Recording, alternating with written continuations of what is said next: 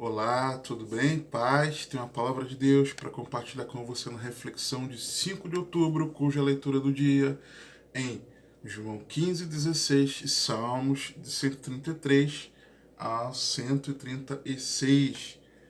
Pega a sua Bíblia, João 15:13 a 15.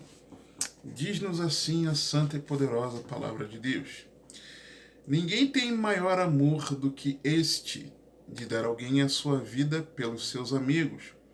Vós sereis meus amigos, se fizerdes o que eu vos mando. Já vos não chamarei servos, porque o Senhor não sabe o que faz o seu Senhor.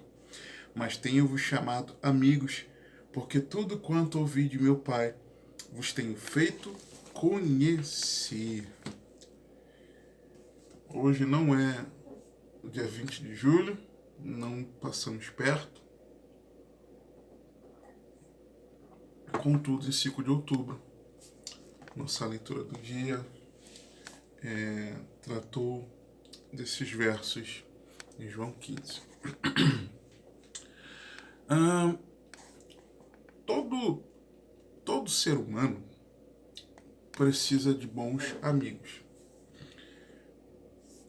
porque a vida com eles é melhor.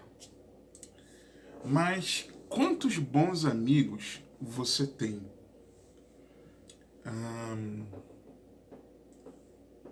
Você tem amigos? Não digo colegas, eu não digo pessoas que te acompanham nas redes sociais, não digo pessoas com as quais talvez você acompanhe status no WhatsApp ou acompanhe seus status. Não digo pessoas com quem talvez você se reúna na hora no cafezinho do trabalho, ou na hora do almoço, ou em algum momento assim de convívio coletivo, mas eu digo amigo. Repetidas vezes, nós somos lembrados pela palavra de Deus de que precisamos ter relacionamentos com amigos próximos, pessoas em quem confiamos, que nos incentivem, motivem, desafiem, amem e orem por nós, assim como eles precisam também que façamos o mesmo por eles. E nesse texto aqui, nós vemos Jesus prezando pela amizade. Muito claro isso aqui. E quando ele diz algo. Os 3 versos são muito especiais. Mas o verso 15, Jesus diz o seguinte: já vos não chamarei servos, porque o servo não sabe o que faz o seu senhor, mas tenho-vos chamado amigos, porque tudo quanto ouvi de meu Pai vos tenho feito conhecer. O relacionamento poderia manter-se assim, de meros servos diante do Senhor. Mas Jesus disse e demonstrou ali que ele prezava pela amizade. Você consegue mensurar isso? Você ser amigo de Deus? O Senhor te chamar de amigo? E não tem como não lembrar de uma canção que diz assim: o amigo que eu encontrei me surpreendeu. Quando todos me deixaram, ele me acolheu e sarou-me as feridas, das algemas me livrou. Lhe falei do meu dilema e ele me escutou. Lhe falei do meu passado e me perdoou. Isso teve um alto preço que ele já pagou. Me mostrou as mãos feridas por amor de muitas vidas.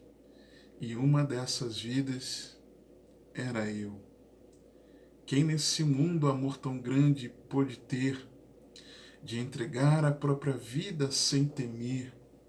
Quem já sentiu a dor, de ser cravado em uma cruz, pagando pelos erros que não cometeu, e olhar nos olhos de quem tanto mal lhe fez, e sem ressentimento oferecer perdão.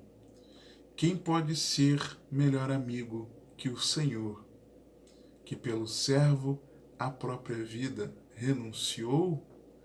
Quem pode ser melhor amigo que o Senhor, que pelo servo a própria vida renunciou? Na última ceia, além de todos os ensinamentos profundos para a igreja, e os últimos capítulos aqui de João, antes do Senhor ser preso, nos revelam isso. 14, 15, 16, 17. Esse aqui no bojo, né? O 15. Além de todos os ensinamentos profundos para a igreja, o Senhor Jesus não apenas afirmou que muito desejou celebrar aquela Páscoa com os discípulos, que aqui em João 15 ele chama de amigos, como fez outro comentário muito interessante. Ele diz, muito desejei celebrar aqui essa Páscoa com vocês. Mas aí Jesus acrescenta algo, Lucas 22, 28. E vós sois os que tendes permanecido comigo nas minhas tentações. Ah, querido. Só amigo. Jesus permitia que os discípulos conhecessem suas tentações. Algo que é possível somente, só é possível em uma relação de amizade. É só quem está ali contigo no dia a dia. Só quem está ali junto de você é que pode testemunhar as suas tentações.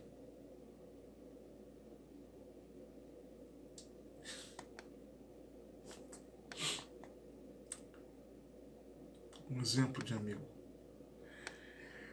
Hoje em dia, ao falarmos de amizade, percebe-se que a maioria das pessoas tem dificuldade em criar amizades por falta de confiança. Isso é algo que atinge a muitos de nós. Pelo grande número de interesseiros, tá? É verdade, que se fingem de amigos enquanto tem algo a ganhar. As pessoas estão se fechando em si mesmas, com um sentimento de medo de se entregar à amizade. Viver uma vida privada e isolada não é apenas praticado por alguém incrédulo, solitário. É algo que infelizmente enxergo como generalizado na igreja. E é interessante isso. Espero que eu me lembre que eu me veio aqui à mente agora uma lembrança, um texto, para nos clarear isso. Uma amizade íntima e sincera é importante para compartilhar intencionalmente os detalhes de nossas vidas, que muitas vezes preferiríamos manter em segredo, mas que foi fundamental virem à luz. Muitas vezes, estas pessoas podem ser as que Deus mais usará para te manter seguindo na caminhada cristã. Geralmente, vivemos relacionamentos extremamente casuais, com a impressão de que nos conhecemos. Equivocadamente, chamamos de comunhão, as nossas conversas descontraídas, cheias de autoproteção e muitas vezes superficiais, que raramente se aproximam de uma verdadeira comunhão. É a realidade. Conhecemos detalhes bem rasos e indiferentes uns dos outros, como estado civil, tipo de trabalho, número de filhos, onde moram, às vezes data de aniversário, mas conhecemos pouco sobre a batalha da fé que é travada todos os dias por aquela pessoa. Se nós nos entregássemos a viver relacionamentos de amizade e comunhão verdadeiros, as nossas vidas não seriam muito melhores? Não seriam muito mais fáceis de fluir na leveza?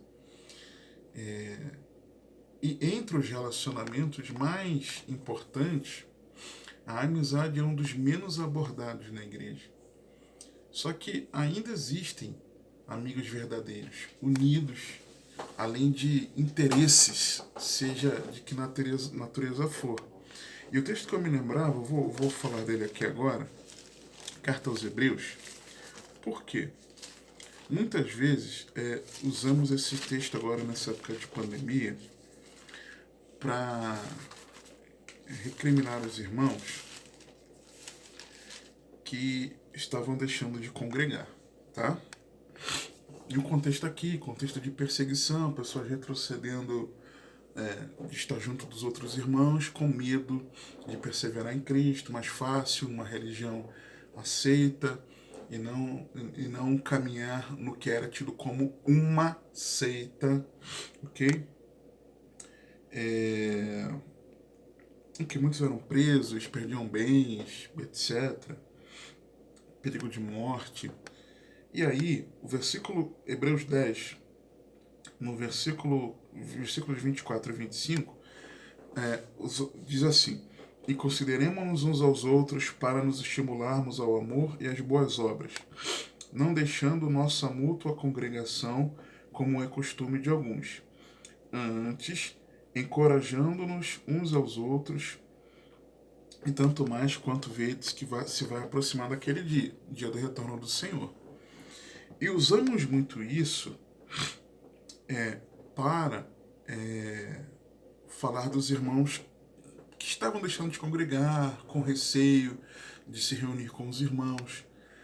Porém, eu quero ir um pouquinho mais profundo nisso. O conceito bíblico aqui do congregar não é participar do culto. Meu Deus! Não é. Lê comigo.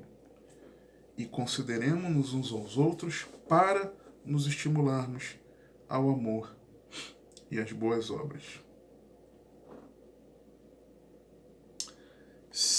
E como nós conseguimos estimular uns aos outros ao amor e às boas obras? Sentando do lado da pessoa no culto? Não é. É vida na vida. É mais profundo. Você pode participar de todas as atividades com os irmãos na igreja. E deve participar quanto mais você puder na sua semana. Mas se é só você...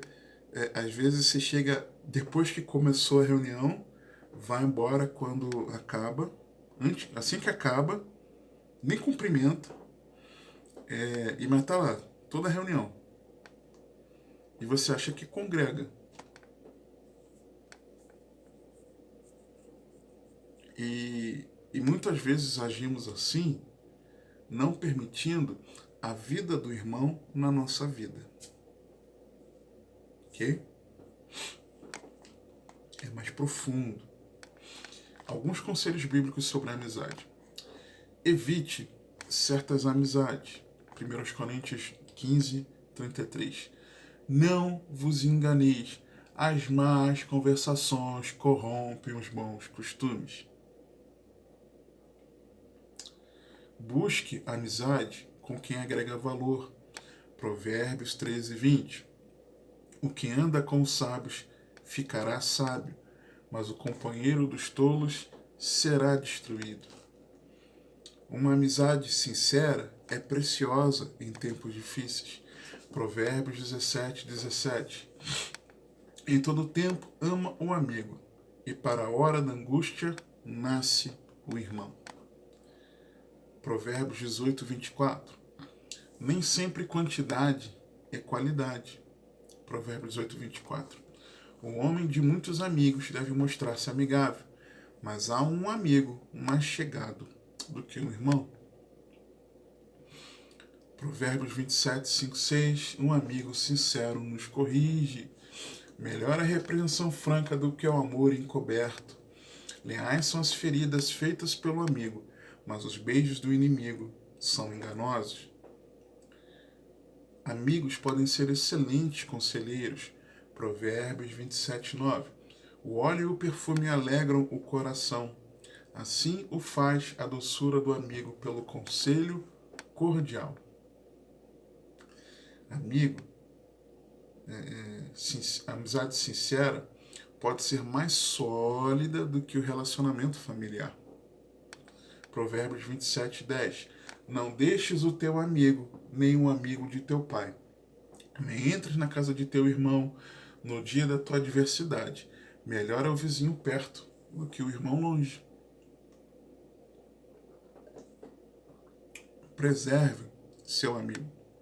Provérbios 17, 9. Aquele que encobre a transgressão busca a amizade, mas o que revolve o assunto separa os maiores amigos. Então, tem que confrontar o pecado? Sim. Mas uma coisa é você confrontar o seu amigo, falando a verdade. É melhor a ferida leal. Outra coisa é você espalhar a transgressão do seu amigo para os outros. Tem quilômetros de distância, ok? Outra, não dê ouvido a intrigas. Provérbios 16, 28. O homem perverso instiga a contenda e o intrigante separa os maiores amigos. Mais uma. Vigie as aproximações por interesse. Sim, tem isso, e a Bíblia até nos instrui. Provérbios 19, 4. As riquezas granjeiam muitos amigos, mas ao pobre o seu próprio amigo o deixa. Versículos 6 e 7 agora. Muitos se deixam acomodar pelos favores do príncipe, e cada um é amigo daquele que dá presentes. Todos os irmãos do pobre o odeiam, quanto mais se afastarão dele os seus amigos. Corre após eles com palavras que não servem de nada. Mais uma. Valorize o fiel e não o que promete fidelidade. Provérbios 26. A multidão dos homens apregoa a sua própria bondade. Porém, o homem fidedigno, quem o achará?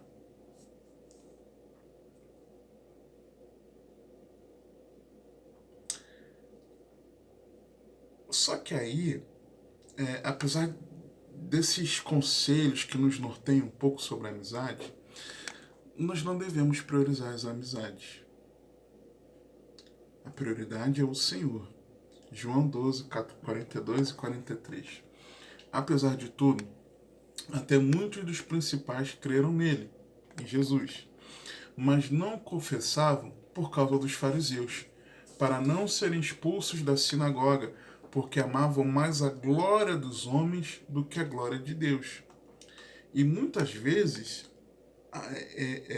por receio de deixarmos de ser elogiados, deixarmos de ter algum benefício, de deixarmos de ser descolados na moda, participantes ali das práticas do grupo, por querermos uma glória que não deveríamos querer, nós muitas vezes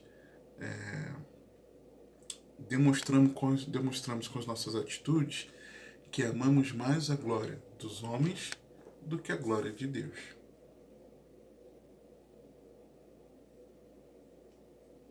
Então eu preciso cuidado. Tem gente que se distancia de Cristo porque prioriza as amizades, prioriza a glória dos homens. E um último conselho aqui: busque amizade com servos de Deus. Salmo 119, 63. Companheiro sou de todos os que te temem e dos que guardam os teus preceitos. E um ótimo exemplo desse ambiente para a construção de amizades sólidas é a unidade, tá? Dos irmãos da fé, como Salmo 133 nos mostra, leitura também no dia 5.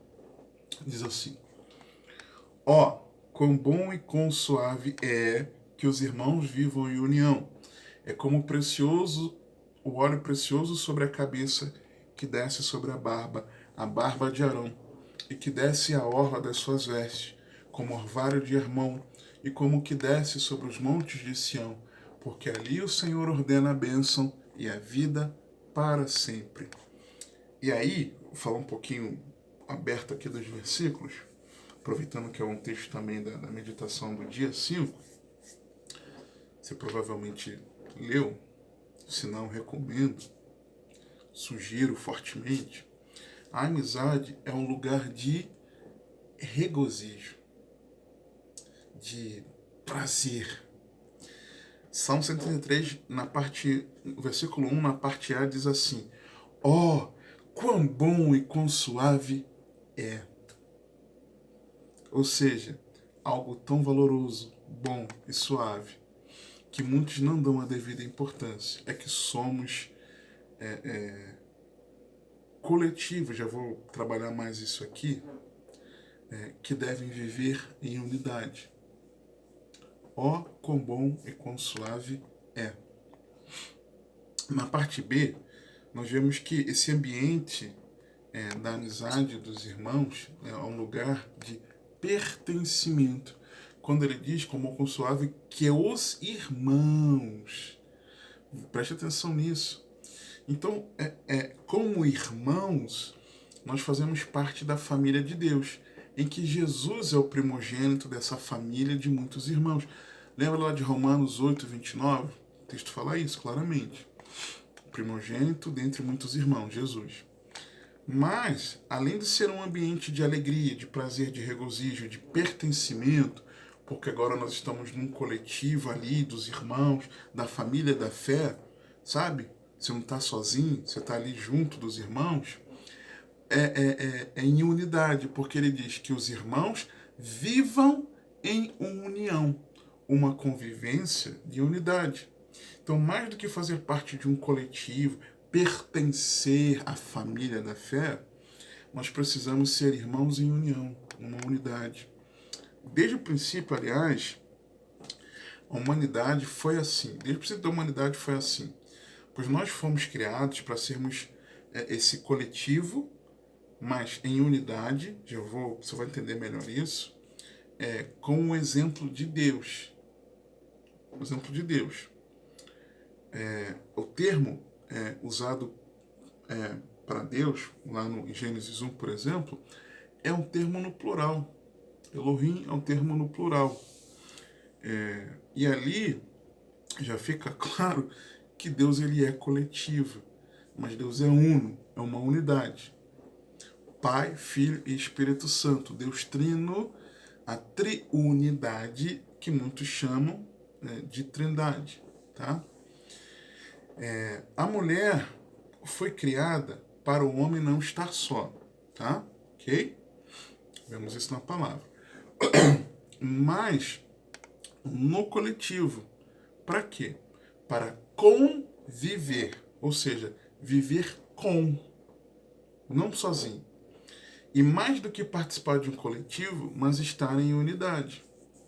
Então, não é bom que o homem esteja só. Farei a juntora, ou seja, coletivo. Mas no versículo 24, lá de Gênesis 2, Deus, a ordem de Deus é que o homem e a mulher sejam um. Então, ao mesmo tempo, é coletivo, para conviver, viver com, mas ser um, unidade. Antes, em unidade, Deus governava sobre eles, determinando o que era bom, o que era mal, com a vontade do Senhor prevalecendo. Só que com o pecado, eles passaram a se enxergar como indivíduos, Adão e Eva, e a determinar pessoalmente o que desejavam ser certo ou errado. Ok? Então é importante ter essa unidade. Só que aí no versículo 2, o texto diz: é como óleo precioso sobre a cabeça que desce sobre a barba de Arão, e que desce a orla das suas vestes. Já comentei alguma reflexão, que eu não me lembro qual, para a glória de Deus, estamos já em outubro, então já o ano já encerrando. Então já foram muitas, não me recordo, mas eu me lembro que alguma falando sobre a unção do Espírito Santo, sobre o derramar do Espírito Santo, algo assim. Eu mencionei isso aqui. A unção, o que é esse óleo precioso? O óleo é o perfume aromático de unção e consagração, conforme está lá em Êxodo, está lá no Pentateuco, que ela desce sobre a cabeça do sacerdote, derramado sobre a cabeça do sacerdote, Arão, e escorria, ok? Só que Arão, sumo sacerdote, tipifica o eterno sumo sacerdote Cristo. Então, da onde que veio o batismo no Espírito Santo? O revestimento de poder, a unção do Espírito Santo. Não é de Jesus que nos batiza no Espírito Santo? Então veio a unção de Cristo, ou cabeça, para o seu corpo, a igreja. Então, nesse ambiente da amizade nos irmãos, além de ser um ambiente de regozijo e alegria, ambiente de pertencimento da família, ambiente de unidade, mesmo coletivo, mas unido em unidade, convivendo, vivendo em união, é um ambiente do derramar da unção. Ah, querido. No coletivo, em unidade, o óleo corre sobre os membros do corpo, com a origem em Cristo, que é a cabeça. E me lembra Efésios 5,18, por exemplo, e não vos embriagueis com vinho, em que há contenda, mas enchei-vos do Espírito. De que forma? Falando entre vós, uns aos outros, em salmos, hinos e cânticos espirituais, cantando e salmodiando ao Senhor no vosso coração. Uma coisa somos nós no nosso devocional pessoal. Outra coisa é quando nós estamos no coletivo da igreja. E aí, nessa capacitação no derramar do Espírito Santo de Deus, não há ação humana ou maligna das trevas que possa prevalecer. Porque na unção do Espírito Santo, todo jugo é despedaçado. Esse ambiente de unção também é um ambiente de refrigério. Porque no versículo 3 do Salmo 133, como o orvalho de Hermon e como o que desce sobre os montes de Sião. Com a montanha ali, de Hermon, em torno de quase 3.000 metros de altura, com o cume coberto de neve, o orvalho fresco se estendia como refrigério para as terras abrasadas, ardentes, ali a partir dele, ok? E outra, Sião é mencionado aqui na Bíblia muitas vezes como é tido como a cidade de Deus. Salmo 48 nos diz isso, por exemplo. E o Monte Sião tipifica a Jerusalém celestial, representando ali a igreja reunida na glória. Hebreus 12 nos revela isso também. Então, nesse ambiente, nós temos um refrigério também de uns para os outros. Quantas vezes Deus não usa os irmãos como refrigério para a nossa vida, amém? E por último também, esse ambiente de amizade é um ambiente entre os irmãos, tá? Com base no Salmo 133, é um ambiente de bênção e de vida. Porque ele conclui, porque ali o Senhor ordena a bênção e a vida para sempre. Em Sião, na igreja, nesse relacionamento de amizade, o Senhor ordena a sua bênção e a vida eterna, a vida para sempre. Nesse ambiente de amizade, unidos nessa coletividade, nós somos abençoados e fortalecidos a perseverar na caminhada de fé. Ok? E olhando para o nosso contexto aqui de João 15, algumas coisas importantes. Versículos 1 e 2. Eu sou a videira verdadeira e meu pai é o lavrador. Toda vara em mim que não dá fruto, atire, limpa toda aquela que dá fruto, para que dê mais fruto. Ou seja, nós, ligados a Jesus, a videira verdadeira, nós somos os ramos e devemos frutificar, tornando-nos ainda mais frutíferos por meio da limpeza do Pai, que é o agricultor. E para Jesus declarar que a videira é verdadeira, é porque havia um engano estabelecido sobre uma falsa videira. Isaías 5,7. Numa reflexão recente, eu comentei sobre isso. É bom não desprezar o que Jesus disse, né? Quando ele disse, eu sou. Isaías 5,7. Porque a vinha do Senhor dos Exércitos é a casa de Israel, e os homens de Judá são a planta das suas delícias. E esperou que exercesse juízo, e eis aqui opressão, justiça, e eis aqui clamor. Então, eles criam que Israel era a videira, e que por terem nascido israelitas, eram filhos de Abraão e se consideravam salvos. Perdão. Veja Jeremias 2:21. Eu mesmo te plantei como vide excelente, uma semente inteiramente fiel. Como, pois, te tornaste para mim uma planta degenerada como vide estranha?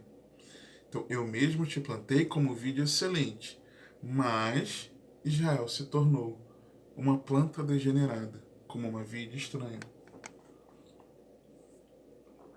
Logo, a videira verdadeira é Cristo. Ok? E às vezes, nós agimos assim, achando que estamos enxertados em Deus por conta da nossa prática religiosa. Eu quase não perco as reflexões. No canal você tem acesso.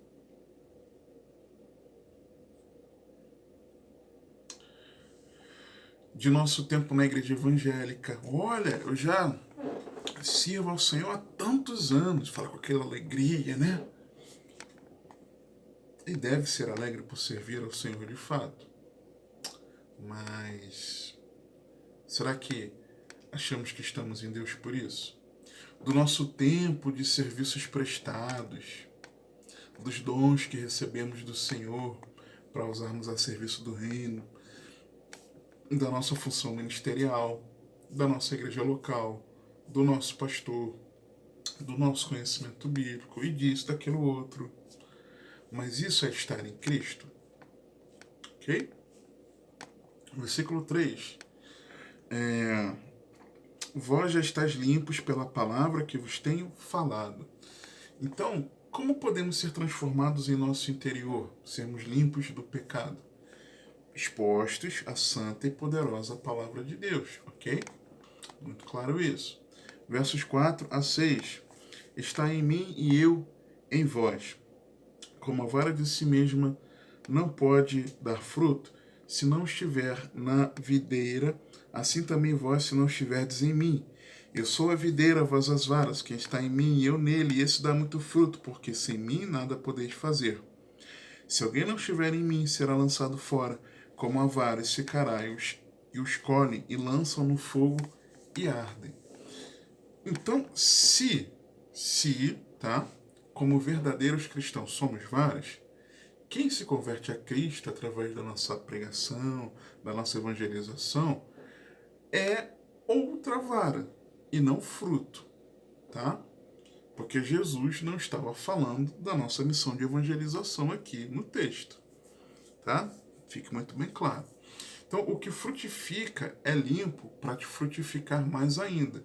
E o que não frutifica é tirado da videira. E lendo aqui o contexto do capítulo, o fruto é o amor. O mandamento de Cristo, com o exemplo do amor de Jesus por seus amigos. Se num contexto a expressão do fruto é o amor, e Jesus afirmou que não podemos dar esse fruto sem ele, o que isso nos indica? Que alguém só pode dar esse fruto do amor por Cristo habitar em seu coração. É aqui que eu quero começar a você e eu chegarmos, tá? E como é que o Senhor habita em nossa vida?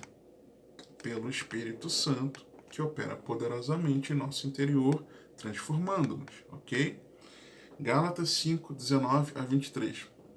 Porque as obras da carne são manifestas, as quais são adultério, fornicação, impureza, lascívia, idolatria, feitiçaria, inimizades, porfias, emulações, iras, pelejas, dissensões, heresias, invejas, homicídios, bebedice, glutonarias e coisas semelhantes a estas, acerca das quais vos declaro, como já antes vos disse, que os que cometem tais coisas não herdarão o reino de Deus. Não herdarão o reino de Deus.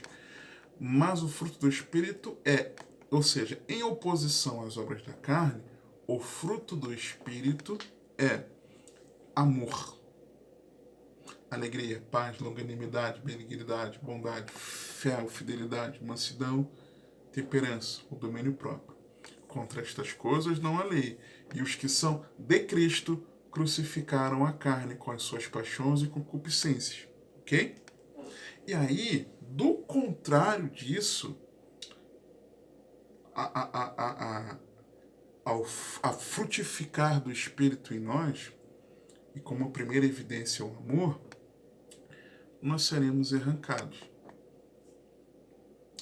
secaremos e seremos lançados no fogo ardente. Porque o texto é claro aqui em dizer: se alguém não estiver em mim, será lançado fora como a vara, e secará, e os colhem e lançam no fogo e ardem. Porque, sendo Jesus a videira, nós as varas, estando nele, nós damos muito fruto. E o contexto aqui do fruto é o amor. Se não está sendo gerado esse fruto da nossa vida, estamos em Cristo? Não. Ok? Em contraponto ao ódio do mundo, se somos de Cristo, lembrando que seremos odiados de todas as nações, nós podemos contar com o amor de uns pelos outros. Versículos 17 e 18. Isto vos mando, que é o fruto que devemos ter, que vos ameis uns aos outros. Se o mundo vos odeia, sabei que primeiro do que a vós me odiou, a mim. Ok? Então, em oposição ao ódio do mundo, a amizade dos irmãos. Pegou? Entendeu? Então, no amor dos irmãos, nós temos intercessão, acolhimento, ajuda, repreensão, encorajamento, conselho e por aí vai. Dos versos 7 a 12, nós vemos aqui ele falando algo interessante, que ele fala primeiro: se vós estiverdes em mim e as minhas palavras estiverem em vós, pedireis tudo o que quiserdes e vos será feito. Nós vemos que a oração do cristão ela é respondida quando ela expressa a vontade de Deus revelada na sua palavra. Quando as palavras estiverem em mim, eu vou orar e vai ser atendido. Ou seja, eu vou orar segundo a Bíblia. É desse jeito que minha oração é respondida. Ok? Não é porque eu sou cristão o que eu pedi o Senhor vai fazer. Não. É orar o que for a vontade de Deus e revelado na palavra. E aí, o texto continua dizendo: nisto é glorificado meu Pai, que deis muito fruto, e assim sereis meus discípulos. Como Pai, o verdadeiro discípulo é aquele que ama. O fruto aqui no contexto é o amor. Como o Pai me amou, também eu vos amei a vós. Permanecei no meu amor. Opa! Então tem como não permanecer no amor do Senhor. Se guardardes os meus mandamentos, permanecereis no meu amor, do mesmo modo que eu tenho guardado os mandamentos de meu Pai, e permaneço no seu amor. Como permanecer no amor de Jesus? Obedecendo seus mandamentos. 11.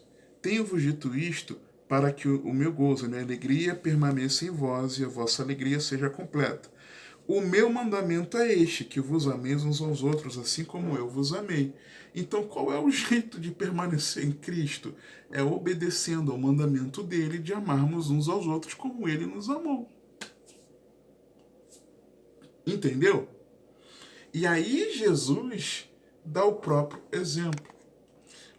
O alcance do amor do Senhor é o perímetro da nossa obediência. Ele entregou-se para a nossa salvação por nos amar. E nós saímos do perímetro desse alcance pela desobediência, pois amar é a nossa missão, o mandamento do qual os demais bons frutos surgem. Quando nos amamos entre os irmãos, estamos guardando o mandamento de Jesus e permanecemos em seu amor. Quando nos amamos uns aos outros, ou seja, nós estaremos em Cristo.